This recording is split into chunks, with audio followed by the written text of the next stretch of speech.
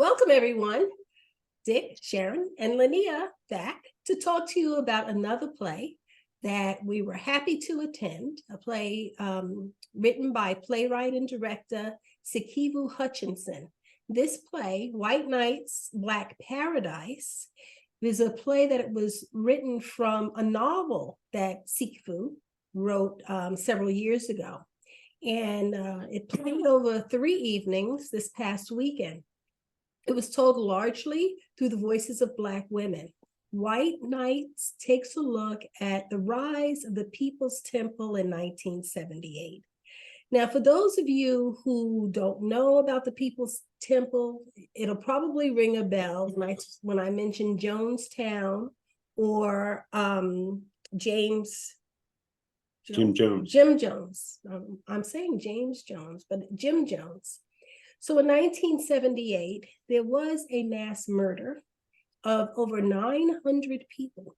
So about 909 people died, 300 of which were children, and about 60% of the people there were female. And they died because this man, Jim Jones, in my mind, from everything that I've witnessed from the play and from the readings, was a homicidal maniac. It was, Sikivu introduced us to, she opened up the play by first addressing the audience and telling us that up until 9/11, this was the largest mass suicide of Americans in American history. And yet, you hear very little about it. And I thought about what she said, and I know that I've heard very little about this. I remember when it happened in 1978. I remember it as clear as day.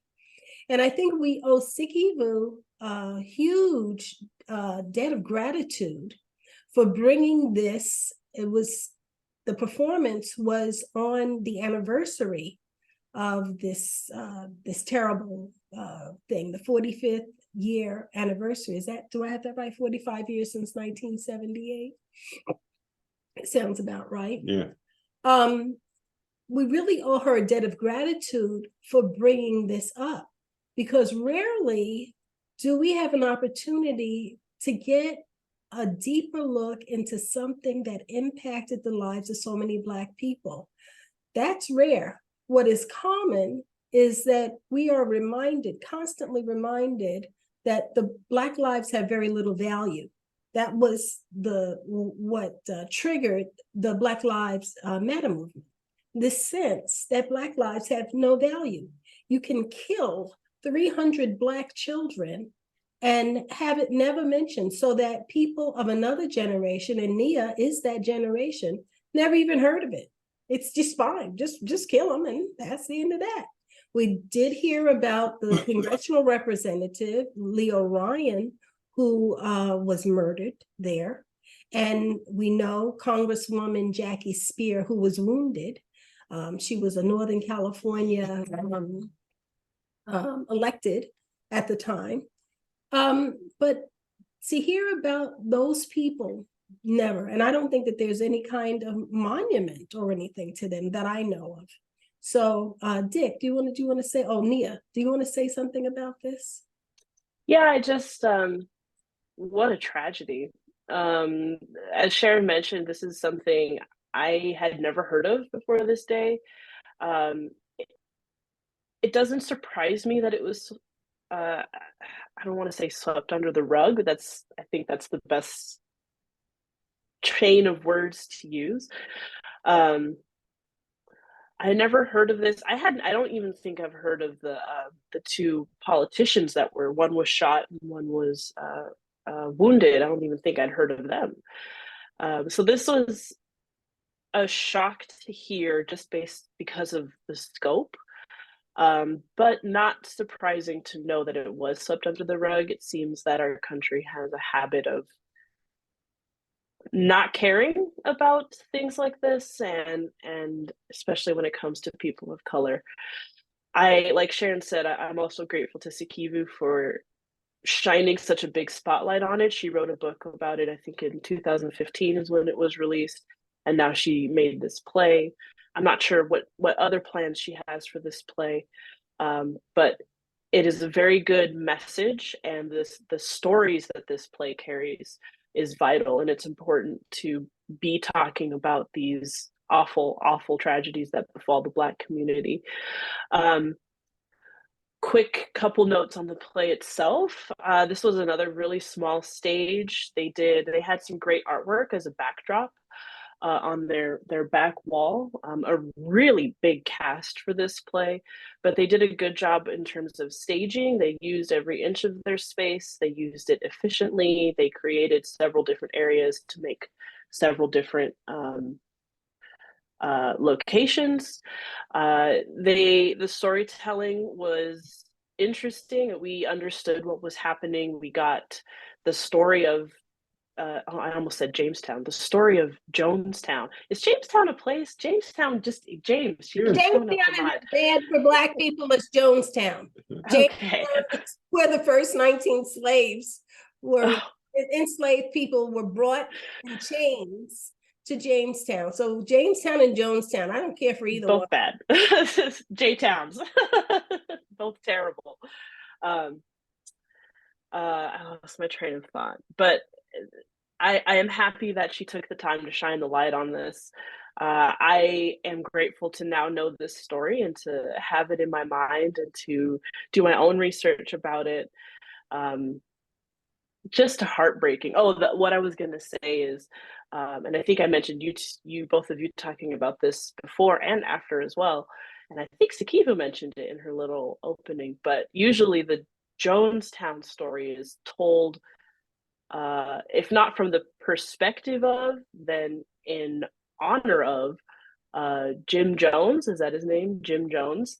And sort of just skates over the fact that there were 900, give or take, Black people that were involved in this and paid with their lives for Jim Jones's leadership, choices, whatever the right word is there. So just a tragedy, just a tragedy. Dad, did you want to tell Yeah, us your well, you thoughts about stole this? a little bit of my thunder. Sorry. I was going to say, I'm older than you, and I remember pretty vividly the story of Jim Jones and Jonestown, and it was in the news. It was big in the news for quite a while. And as you say, the emphasis was on Jim Jones, who was evil, insane, horrible, but also very charismatic, to have brought 900 people to South America and then convinced them or forced them to kill themselves. In the play, he's treated a little bit like a buffoon. I have a feeling he's more evil than buffoonish. And I was thinking, there's a certain comparison between Jim Jones and who's that guy with the orange face and the Yes, blonde hair? yes. Oh, Donald Trump. I mean, Oh, and he in the same way, Donald Trump is all about himself, and Jim Jones was all about himself, and had these grand, crazy notions, and harmed a lot of people. And back then, there wasn't a lot of emphasis on the 900 people who died. There was some about Leo Ryan and about his aide at the time, Jackie Spear, who became a congresswoman, and their murder. That was, but that connection to Donald Trump kind of, I saw something in that. I thought that the big cast was effective in telling all kinds of different overlapping stories of different people in different places, of who had different roles, different parts of it. One was Jones's aide or wife, a police officer, and that worked pretty well. I thought it was good. Sikivu really has written a novel and now a play about Jonestown, and it obviously has a real significance, and it does have significance. A way, among other things, the way the media focuses on some things and can ignore others. Well, the one thing that I hope that this does change the way that people think about Jonestown. I remember in 1978 when it happened, and I was a Black woman, like those Black women that were there. I was a poor Black woman. And I lived in an area where a lot of these Black women came from. And I understand their sense of desperation. So it's not like they just, oh, I think I'll just go to South America and follow this charismatic guy.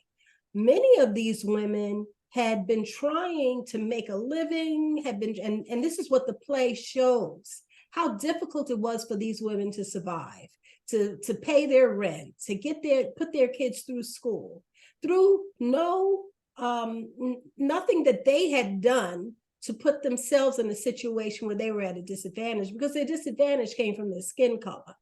The other thing that the play did for me is it triggered my desire to look it up again and read about it again, both through Sikivu's writings and through other sources. And what I learned was that a significant number of the people who ended up dead there did not commit suicide. They were injected, forcibly injected, because suicidal tendencies among the Black population is lower than what people would think. And I personally, having been a Black woman at that time, struggling in very much the same way that those women were struggling, suicide would be like the last thing on my mind, especially if I had children there. And most of the women there had their children there. Suicide is not something that they would opt to do. They were forced to either forcibly injected or forced to ingest this poison, either at gunpoint or some other weapon. So this was definitely a mass murder, and it never got the attention that it deserved. And I thank Sikivu Hutchinson for bringing this to our attention. I'd like to tag on to one little point there. In my memory at the time when it was going on, my question is, why would so many people get caught up in this religious movement? But I think what the play showed, it wasn't very much about Jim Jones, the preacher, or religion. It was a bunch of Black women who were really stuck. They were losing their apartments, they were losing their jobs, they couldn't hang on to their kids, they couldn't put a nickel together because of our economic injustice. And going to the temple, first of all, was a way to get by, and then going to Guyana was maybe a way out into a better life. I mean, that's what they were hoping for. They weren't going to some kind of religious commune. They were going for someplace where they could grow their own food and live together. But the idiot Jim Jones took them down to a place where the soil was lousy and they couldn't grow anything. Yeah. So I'm glad we went to see it. Yeah, we will keep you posted. As far as I know, those 3 performances were it for now, but I'm sure the idea is to, bring it back again. That's right. Okay. So go ahead. No. So the name of the play is White Nights, Black Paradise, and White Nights. I'll just speak a little bit about what that term means. White Nights was the term that Jim Jones used to characterize, it was sort of like their emergency drills. He would call them White Nights. If the place was ever going to be stormed or raided by the police, he would call White Nights, and that meant that they would either run, or he told them that they should try to move to Russia, or they should try to stay and fight. And that's what that night of death was. It was a white night. And Black Paradise is what the Black women were attempting to build. They were building their own homes. Like I said, 60% of the population there was female. A small percent of the population was white, but it was for the most part Black and brown people trying to build homes and vegetable gardens and live in a Black paradise. That's all they wanted. Well, we'll see you next time. Thanks, everybody. Thank you. So long.